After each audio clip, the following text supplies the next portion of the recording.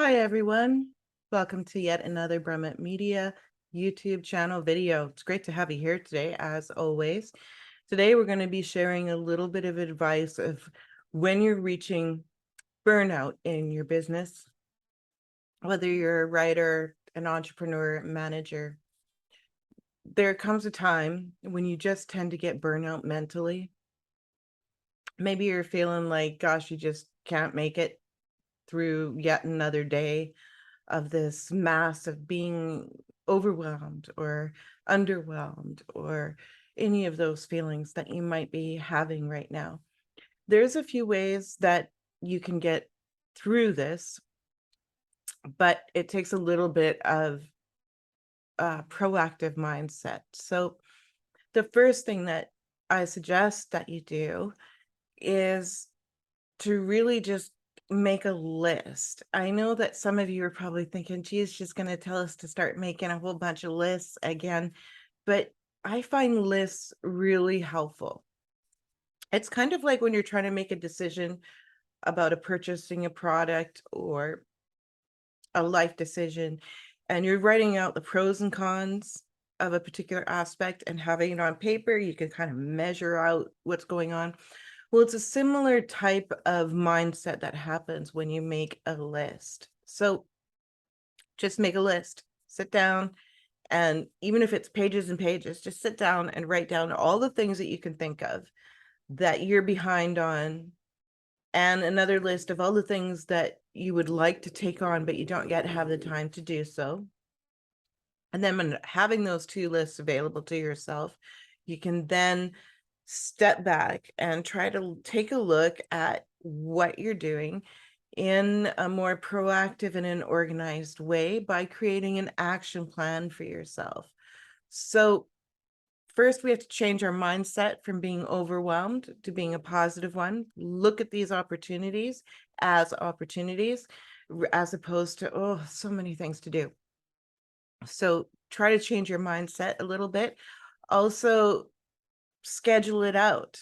Say to yourself, okay, every morning between 9 and 11, I'm going to do this particular aspect of the business, this particular activity. And you schedule it into your day, what you're going to do, what you're going to do when. Allow time or before and after things like interviews or media appearances or networking connections or events that you're going to be participating. Allow time before to fine tune your preparations and make sure that you're totally ready. And then afterwards to just recover from the event before you go into yet another item. So when you're doing your scheduling, allow those breaks in between projects. And in the project itself, if it's a very long and involved project, make sure that you allow yourself the breaks, but schedule it in. So what happens when you're doing a schedule for myself is I know that this week or this month, I have these activities that I'm going to be focusing on. Yes, I've got 10 pages of other things that, yes, I've got to get to, I want to get to, maybe I'm behind on, but this week schedule, I'm going to be focusing on these lists of things and I'm going to tick them off.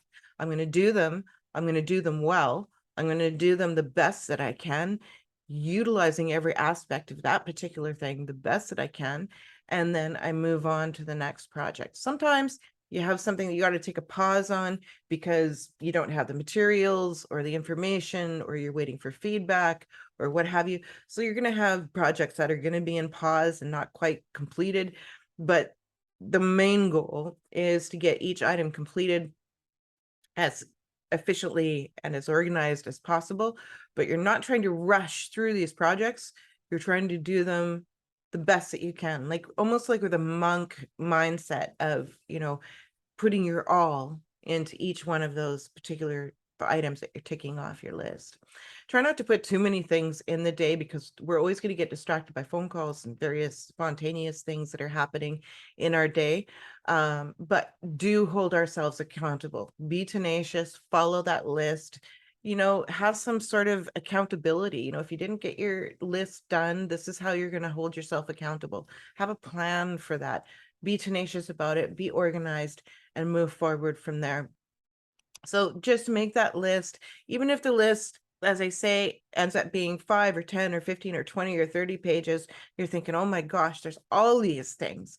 And then you sort of say, okay, you break it down into what's doable today, what's doable next week, what's doable this month. What do I have to wait for to complete because of I'm waiting for a response, or I'm waiting for a lead time, or whatever it is that's holding you up. And what are the things that you would like to approach next month? And you work these things out. And even though you may not get to some of those things until like next year, because you have so many things on your to-do list, the thing is just start where you are, start how you mean to continue, do it right, take the time to refresh yourself, check off that item on the list, feel good about it, congratulate yourself, and move on to the next thing. So always trying to keep that positive mindset, being very proactive, continually putting forward action into your business. As long as you're making forward movement, you're doing good, and congratulate yourself for that. Just very simple help that I hope will ease your mindset when it comes to feeling overwhelmed with the many to-dos of being an entrepreneur, a manager, a supervisor, holding any of those type of positions, running a business, etc. Okay? Thanks everyone for joining us today.